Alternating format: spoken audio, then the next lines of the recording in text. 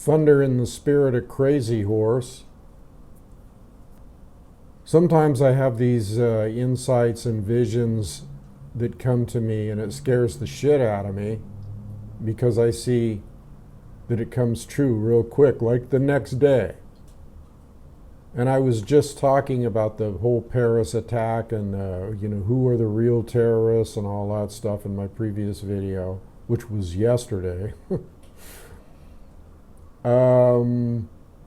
Again, I see things and it scares me because I see other things that I don't even want to talk about that are coming up here. But the strategy that's involved here in the nations, shall we say, is interesting. Really interesting. Like yesterday I was talking about why is the Paris attack any more horrendous than any other terrorist attack, and I gave examples like Beirut and the Russian downing of the Russian airliner. And what happens today? Putin comes out and says that the airliner got blown up by a bomb. Timing is everything. He knew this probably weeks ago, or a week ago at least, and he held off on announcing it. He didn't jump into the fray. He announced it right after the Paris attack, which kind of supersedes and puts that into perspective, okay? The fact being that this attack on an airliner, it was much more horrendous in terms of loss of life and the way people die and the innocence. A lot of babies on that aircraft. I'm a pilot.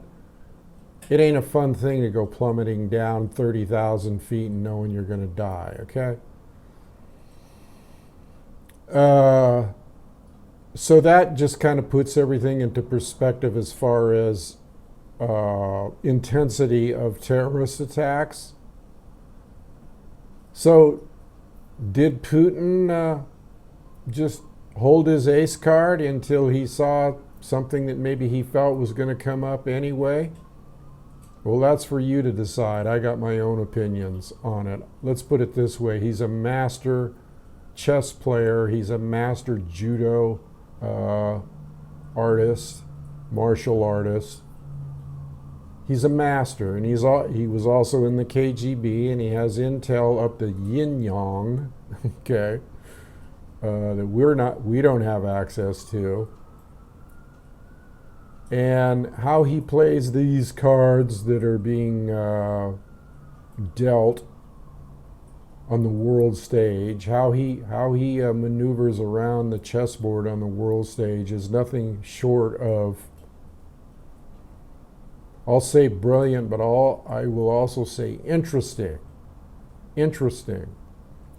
Because you never know whether he's playing coy and dumb or whether he's so far ahead of everybody else that he just sees the moves 6 moves ahead or 12 moves ahead, and I kind of figure it's the latter here, that he sees things that are coming up and he knows things through his intel. But it's interesting that the moves that are being made here. I'm a strategist. I've studied the Art of War and Musashi's Book of Five Rings and the Code of Bushido and the game of Go and the game of chess, and I'm just into strategy and I'm into watching it, no matter how horrific or bad it seems. And I give my take and I give my insight like yesterday, and boom, right on. Verification of thunder with the exact things that I was saying about what makes one terrorist attack any worse than another, and who are the terrorists, and who are manipulating the terrorists. I'm pretty good. Should I pat myself on the back here? Okay. I'm all done with patting myself on the back. Hey, you got to take credit where it's due, right? I said a lot of other things too that a day later basically have shown that I'm seeing with the third eye and the strategic eye and all that shit. Anyway, so let's get on with it here. So what's next? Okay, so Putin comes out today and says the airliner was down, and then France has already said that they were going to go in and beef up their attacks against ISIL. So what does Putin do? He aligns himself with France in the context of they're sending a carrier out there to coordinate with Russia. Okay, not the U.S. The U.S. is not coordinating with Russia because they can't swallow their pride. But I think that Putin might have a little bit more influence with the French connection, shall we say. And it's up to, it's in his best interest to coordinate with France if they're going to go off half-cocked anyway and make sure that they hit the right targets. If he's coordinating with France and they're sending out a aircraft carrier, he's going to want to keep an eye on them just like he'd want to keep an eye on anybody, since he's the main man in Syria right now. He's the main man that's attacking the terrorists, and all these other Johnny-come-latelys are like starting to get serious now, supposedly. We'll see. I said yesterday that this could be a gambit on the part of the West to infiltrate Syria and destabilize it and blur the lines and cause confusion. I don't think Putin's going to let that happen. I don't think he's getting sucked into anything. I think that he's lucid and clear about what his objectives are. And his objective is to destroy the goon squad that was set up by the West, who's causing all these friggin' problems, okay? Maybe this goon squad got out of control. Has that happened before with the West? Well, yeah.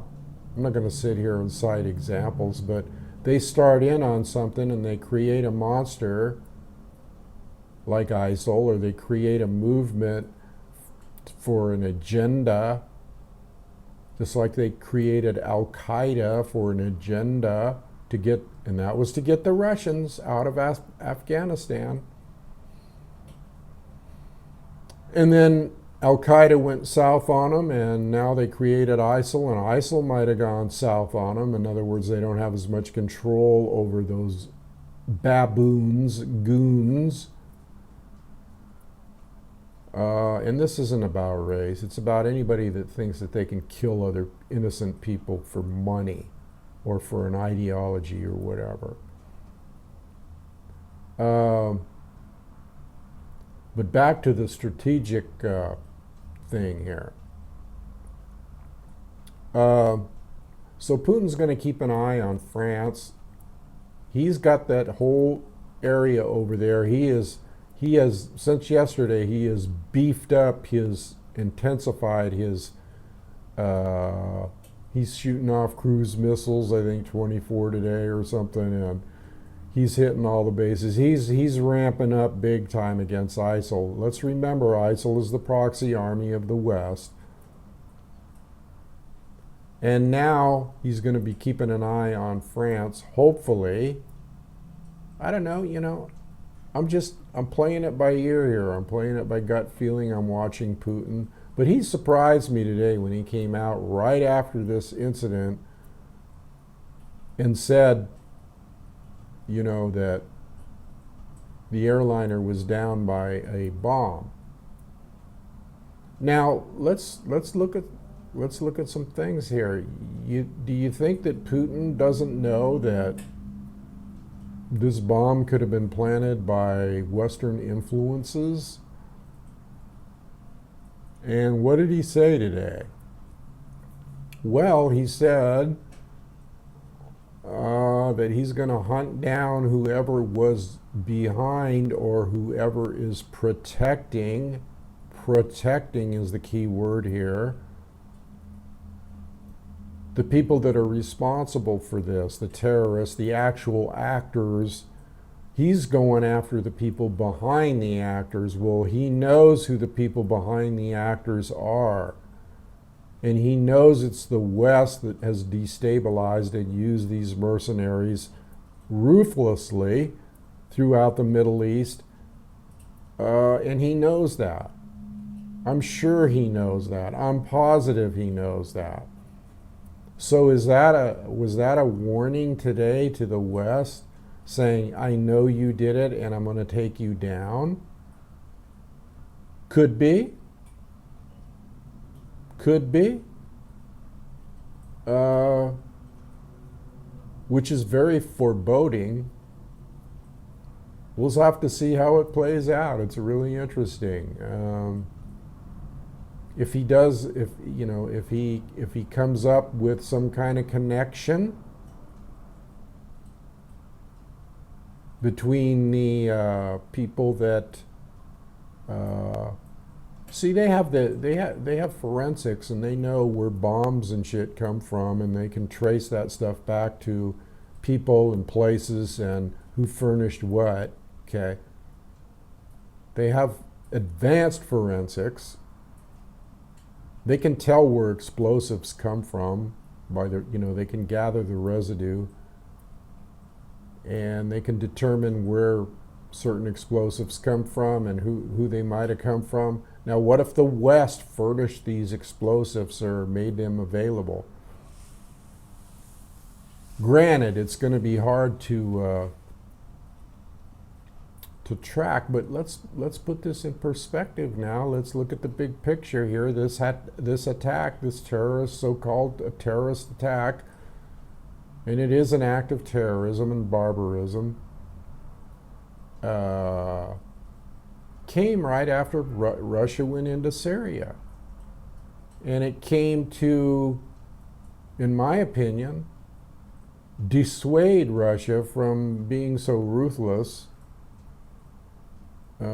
because of fear of retaliation against their state or their country. Well, it had just the opposite effect. He's intensifying. And he's not only intensifying, he's making France an ally. Okay. Now, this could be just a ploy. Could be just a ploy by Putin for good PR. Hey, it looks good because Paris just got bombed, and that whole incident happened over there. So he may be sucking Hollande in to being an ally with Russia, and France is a EU country. This shit's really amazing to watch. It is like a big chessboard. Now we're going to have to see what happens down the road here. But I have a feeling, I have a gut feeling that things are ramping up here on all levels. And the thing that started it off was Putin going into to Syria and taking the bull by the horns and kicking some ass. And that led to a series of events that could very well be leading up to World War III. Depending on how the players that are involved handle situations.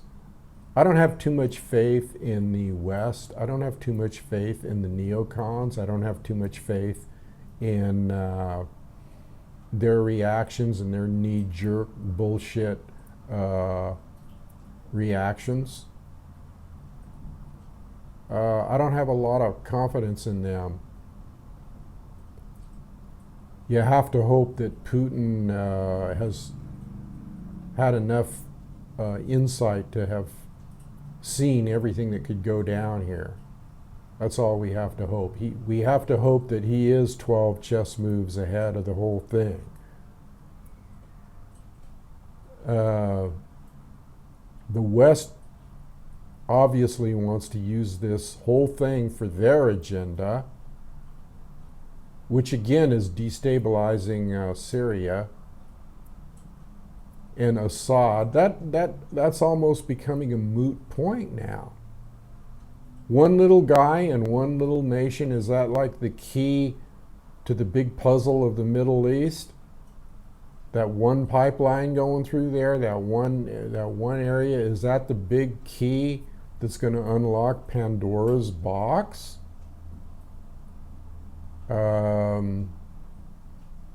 They're sure putting a lot of emphasis on that. They're sure putting a lot of emphasis on getting Assad out of there and getting some kind of destabilization or control or whatever in that particular area, Syria. Incidentally, you know, this whole area over there is like the birthplace of civilization. Iraq, it all started with Iraq, you know, and when they destabilized that, that's when everything got out of control with the terrorist thing. The Islamic State. Now people are starting to get Islamophobia and hating all Muslims and taking it to a racist aspect. I'll tell you what, this couldn't get any more sticky, any more dicey, any more screw the poochie than it is right now, the world situation. Because we have all major powers in play here, and we have major powers in play, and we have the EU, the whole EU in play. We got Ukraine going over there, stoking up with Poroshenko, Porky Poroshenko, the nutcase, nut job, and Yatsenuk. And we got airliners being blown up by so-called terrorists, and now Putin's on he's on a vigil. He's on a mission. He saw this coming. He made the first move, and he's the one that looks strong right now. I don't care how you slice it and dice it. He's the one that looks strong because he made the first move into Syria, the first real move, I should say, because the other moves that were made were lukewarm and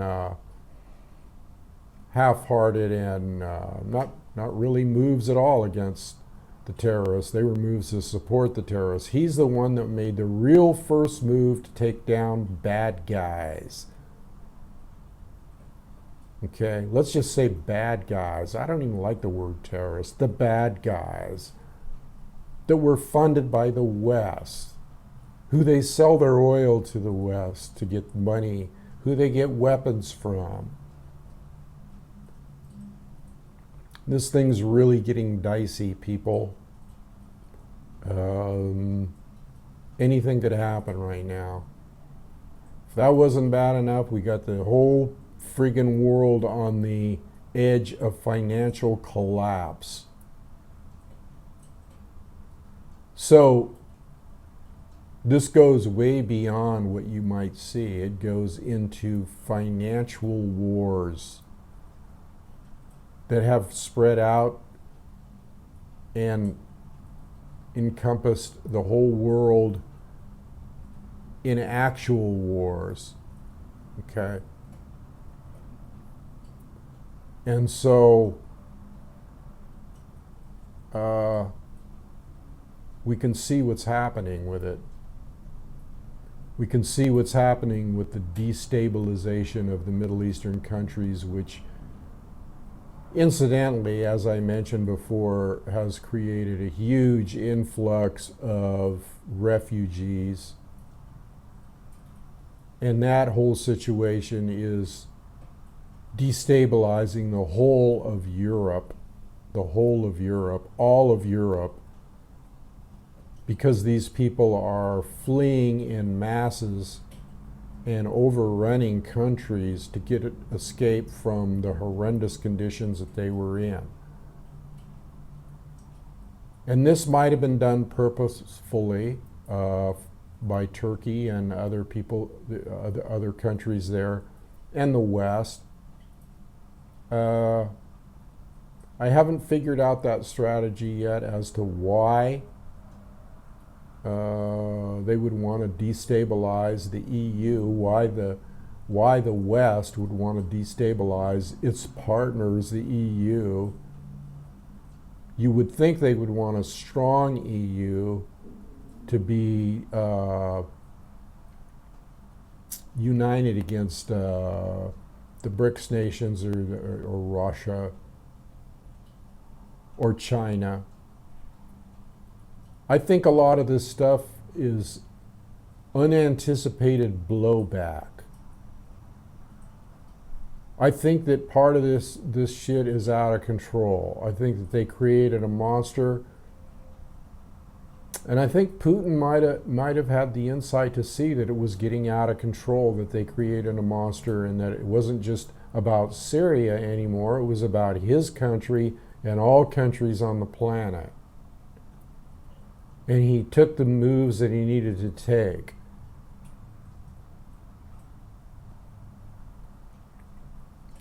But getting back to the thing about Putin saying that he's going to track down the people that are behind or who are protecting, God help us all if he finds out, well, he already knows, but if he gets proof of that the West or the USA was somehow involved in this, they cover their tracks pretty good. But he could find some things out, and he might already know some things, being as he's ex-KGB. And he might already know some things about that Malaysian jet that's still hanging out there. That whole thing. See, as a pilot, as soon as I saw that Russian jet come down, I just shook my head and I said, this is it. This is it. This is the start of something. This is going to open a whole can of worms here. Somebody went and screwed the pooch. Somebody went too far. Because if the West brought down that aircraft or, to intimidate Putin, they made a big fucking mistake. They made a big mistake. Because that's war, baby. That's not just terrorist acts. That's an act of war. When you bring down an airliner, that'd be just like if Russia brought a MiG over here and shot down one of our airliners. Same thing. Same thing. It doesn't matter whether a terrorist did it through covert means, which leads to somebody pulling the trigger like the West, or if it's just a blatant aircraft, a MiG, or aircraft shooting down another aircraft. It's an act of war, people. And Putin made the comment today that we will defend ourselves. We have the right to defend ourselves. We have the right as a sovereign nation, a sovereign country, to defend ourselves. The rhetoric that's coming out from Putin's mouth right now about hunting people down and the right to defend themselves tells me he knows more than what he's saying. We could be on the brink here, people. I'm dead serious about it. We could be on the brink here of something that is going to crack this whole thing wide open. Don't underestimate the Russians. Remember, those were the people in Stalingrad and Leningrad that were killed in the millions and still down to nothing, were eating shoe leather and still beat the pants off the Nazis. So don't underestimate those people. And they have the best women snipers in the world, and they have the intel and the intelligence and the KGB that is par excellence as far as intelligence agencies. Yeah, there's other intelligence agencies that are good too, like the Mossad, evil as they are, and the CIA and all that. Yeah, they're all, but I don't know. I wouldn't want to bet on it. If I did, though, I'd probably bet on Putin's intelligence agency and Russia's, and they're just showing me, I don't know, as I look at things, as I judge things on a level of gut feeling and just observation, they're showing me class right now. The way they're handling things, the way they're moving, the way the statements they're making, they're all understated. Putin has held his cards to his chest, and he's got aces up his sleeve, baby. So if there's anything to fear, it's our own government in the West here making a big friggin' mistake. And they may have already made it. And if they did, let's hope that Putin and Russia or China, if they unite, have enough mercy to know that it's not the American people. Although, you know, the American people are culpable in a way that they have their heads up their ass and have let these leaders happen. But let's hope that if it comes down to it and it's a nuclear standoff or a world power standoff, whether nukes are involved or not, there's a lot of other weapons, EMP and just a whole assorted group of weapons that are involved. Anyway, don't want to get too far ahead of myself here, but I think people should really, really be aware of what's going on here. It's ramping up, people, and nothing would surprise me as far as another event coming real soon here. Because see, that's how they like to work. They like to use one event to distract from another, and that event has to be a bigger event. So let's see what's going down here. Let's keep an eye out, and we'll see how things develop. But it's interesting. It's interesting. So I guess I'll kind of leave it there today. Making a little progress on the front here, recouping some of my losses, I think, on my trip, just for you people out there that are interested in that. You know what I'm talking about, people in the Campfire Council and everything. So anyway, let's hope that Great Spirit and the Star Brothers and Sisters and benevolent aliens or whoever the hell's out there is watching over this whole thing, and it plays out into a good scenario. All right. Thunder, care about all you people and the planet and everything as a whole, so we'll see what happens. Till next time, adios.